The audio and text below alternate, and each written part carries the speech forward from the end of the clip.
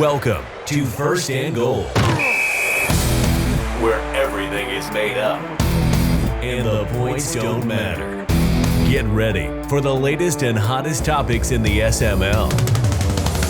Let's get started. Here's your host, Mad Bomber. Welcome to this week's episode of First and Goal. This week we've got Primetime 000. Yeah, acting like he has no idea where he is, but it's 7 p.m. on a Sunday, so he knows where he is. We've got Meats, we've got Field General, and a special showing. We've got KJ. First time on First and Goal. KJ! Welcome, guys. KJ! How is everybody doing tonight Thank on you. this Father's Day? Good answer. Oh, great. All right. Doing We're- good. Glad to be We're on with here Daddy finally. KJ. It's a good day. All right, then let's just jump right into this. And topic one. So topic one, we have the cycle's kind of winding down. What's the motivation to keep trying, or do you just mail it in at this point? We'll start with you, Prime. Yeah, so obviously I'm competitive. And at the end of the day, I think if you're not a little competitive, it's easy just to give up. It's a lot easier to play late in the cycle when you're winning. You see some guys who are typically winning kind of, I think, fading out with their activity opposed to like years past because they're losing. So I think it's much easier to stay involved when you're winning. And then when you're winning, you want to win that championship. And obviously being commissioner, you kind of have to stay plugged in because you feel like you would let down the 31 other guys in the league. So for me, it's pretty easy. You know, I want to win championship 2, championship 3 before the end of this cycle and go into next cycle pretty strong. All right, Meats, what do you think? Yeah, so I'm kind of interesting that I don't get like discouraged towards the end of the season. I go through like a mid-cycle blues portion where I don't know, January, February, after the Super Bowl, somewhere in that range. I'm like struggling to play my games or at least to be proactive in scheduling. And then for some reason it comes back towards the end of the cycle, like March, April, May, June. Like I'm ready to go. I'm ready to get back in those playoffs and compete. And I think that I think it's a competitive thing. The more competitive you are, I think the more you're going to contend and easier it's going to be to keep playing your games. All right, KJ, how about you? For obviously a player such as myself who's never really had much success, motivation's kind of hard to come by. I keep telling myself maybe one day I'll turn that corner and start showing some positive consistency in my play, be more competitive. But this late in the cycle, there's a little bit of a burnout, so to say. Kind of get in that mindset or just want to get your next game over with, and just keep pushing forward. But I always try to go back just to be more competitive. Just keep pushing. Maybe there'll be a turnaround. Makes it more exciting, obviously, like Ron said. I mean, when you can compete and make the playoffs and have a chance at that same party, it's a lot easier to stay focused. Okay, and yeah, Field, how about you? A couple things. I really couldn't hear KJ that well. 2, I found a full screen thing on this Discord, so I can see that Meats has the worst beard I've ever seen outside of an adolescent. He's got this little stash where he's missing the middle. Very nice, Meats. I like a young boy. But I've been here for a while. I've been, I think, 3 Super Bowls, won 1. I used to be in the playoffs all the time. I had a 15-0 season to start with the Seahawks, the one cycle. And then I've been on the other part now for quite some time.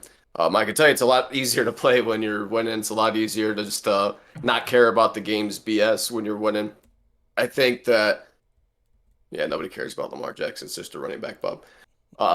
When you start losing, you start to get the Brett Favre. I start, what should I do? Should I admit I made mistakes? But I start thinking, it just starts compounding. When you start losing, you start complaining about stuff more.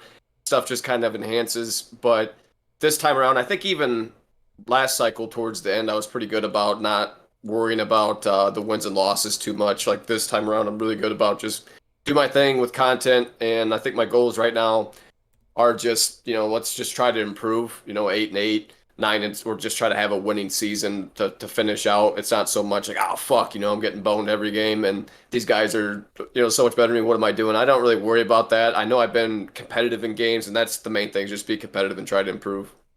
Okay. So let's move on to topic 2. Since we've talked about what keeps everybody else going through the cycle, but what do your significant others think about your involvement in the SML? And we'll start with Meats for this one. Okay, so I've been with my girlfriend for about 2 years. She's really never had an issue with it. Those of you that have known me long enough have known that when I started in the league, I was dating somebody else, and she always had an issue with it. But the girl that I'm with now is pretty supportive of it, and I just texted her. I'm like, oh, I'm recording a podcast. She's like, all right, have fun. So yeah, it's really nice to have that support. All right. KJ, how about you? All right. Well, so this obviously was the first ever league I've been in, and I've played video games. I've had consoles, but I asked my wife about this back in. Well, Tiny obviously mentioned it to me. And, Prime let me in the Prime. I think I was the last spot. Primer Madden 20 when the Primer started. She didn't really have much of an opinion at first. She was just like, you know what? Okay, that's cool. The longer it's gone, the more she's realized that it can be a little tedious not being around. I'm helping with the kids and doing things like that. But as far as involvement, I mean, obviously I don't do a whole lot. I don't dedicate a lot of time for the incredible content that you guys are able to put out for the league. But her biggest gripe is draft day. There's a lot going on draft day. There's a lot of last minute trades that can be worked up, trade talks, and then the 2 hours of the draft process and the preseason advances normally begins around the time that we're eating dinner. But overall, she doesn't have an issue, and she's just appreciative that I try to schedule my games around our family time and after the kids have gone to bed. So. All right. Fields, how about you? I have a two-parter. Before I streamed last cycle, the beginning of this cycle, before, I had that retirement itch and I went ahead and scratched her, my girlfriend hated me playing like Madden because I got very angry. There's a lot of MF this and some other expletives that got thrown around. It wasn't really too PG, and I think that she didn't really care for it. And a couple of controllers probably got spiked, got the old Gronk spike, and I fucked the one PS4 controller up, and I was able to pop her back in. PS5 controller never thrown, but it's broken, so that's fantastic. Now this time around, she don't really hear a whole lot from me. Like, I'm in here doing my thing, but I'm not like screaming to where the neighbors can hear or anything. I think that's like another good thing for me with the stream. It kind of helps me kind of controlled chaos. So she doesn't really complain too much. I don't go out, drink all the time, or go blow a bunch of money. Like, this is one of my few hobbies that I have, and something that's allows me just to channel creativity and just spend time in a productive way instead of just sitting at the bar blowing money or going to the titty bar. So I don't think she really cares too much. All right. And what does your significant other think of the SML? Yes. So when I first started dating my wife, our second date, I get a call from ZZ on our second date. She hadn't heard of the SML, and ZZ's, I got him on speakerphone, and he's like, "Hey, yo, Prime, so-and-so's wild now, bro." Like, just going crazy. I'm like, oh, and so I get off the phone with him, and I'm kind of have to explain it at that point, kind of what the, what the SML is. And then she thought it was stupid. She thought it was pretty stupid. Made fun of it a little bit. But now I've thought about leaving a time or two and just kind of like putting a lot of time into this. Maybe I should dial it back, and kind of told her that, and she kind of said, well, what else are you going to do, type of thing. Like, this is my only hobby I really have that I'm halfway decent at. I'm not someone like Meats who's good at graphics, or someone like KJ who has kids running around like Josh Duggar or something. So this is me. SML is me. So, and I am SML. So that's what I got. Okay. All right, so let's kind of change gears here, and we'll go to topic number 3. Who's the best player in the SML that doesn't have a single playoff win this cycle? And we'll start with you, KJ. Well, I gotta go with myself, right? Okay. No, just kidding.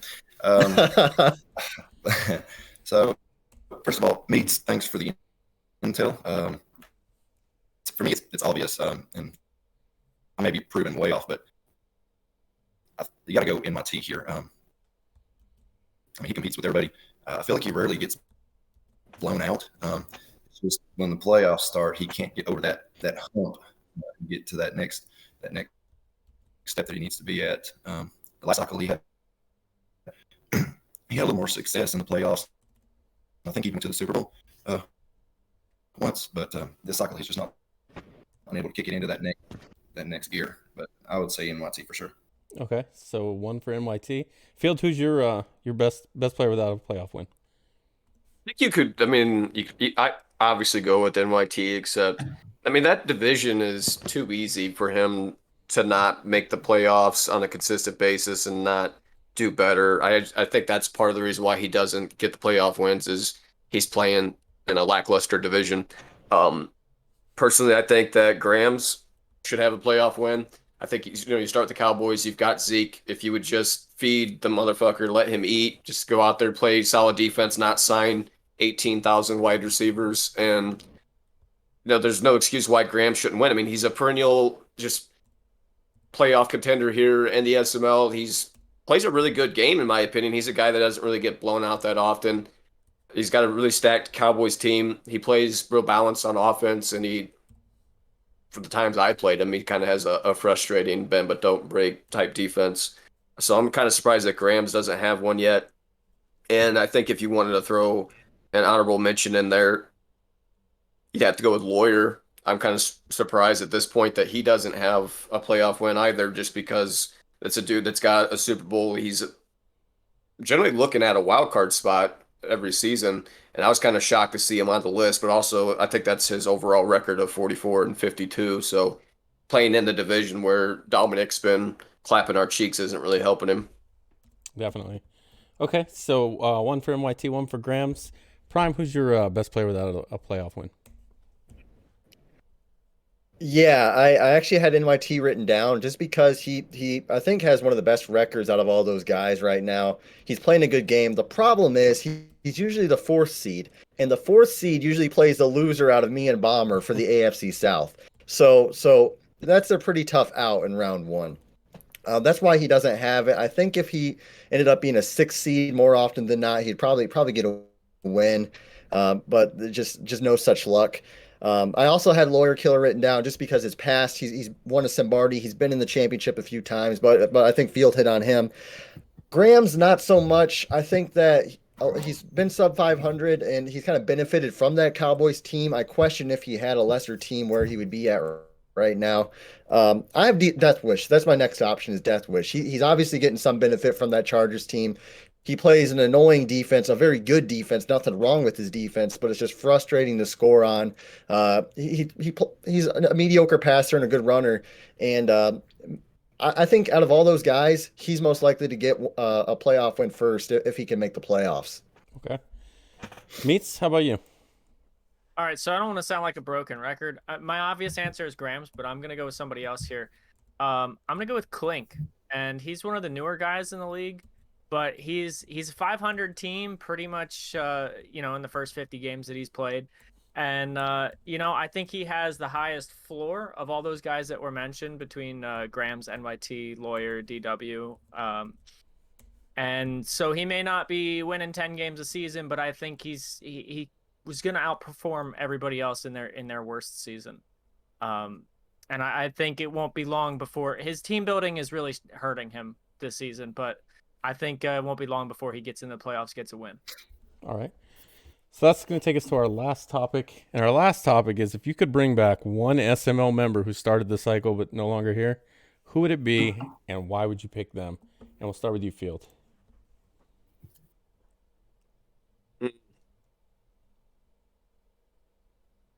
Well, I guess I think everybody's going to say ZZ just because his involvement with the league, he would do podcasts and everything like that. But he also ran the Chiefs into the ground. He's had the number 2 selection in every team draft and didn't do shit with it. So I guess that would kind of be fun to have ZZ back because he's one of them circle wins. You know what I mean? So you bring ZZ in there. He's 21-33 overall. And other than that, I mean, a guy that I liked, I think that he played his games and was never really an issue, and then his record of 2-30 was always interesting. It was Blunt Burner. I think it'd be that's a guy that you kind of missed to play. You never knew what you were going to get out of him. He's pretty good at running the ball, playing defense. He made the playoffs last cycle, I believe. So that's another guy I just kind of miss. I hate seeing the guys that got tenure just to get booted or leave for whatever reason. So I would say Blunt Burner is a close runner-up for me. All right. Prime, who's your one you wish you could bring back? Yeah, Blunt Burner was always a character. I remember.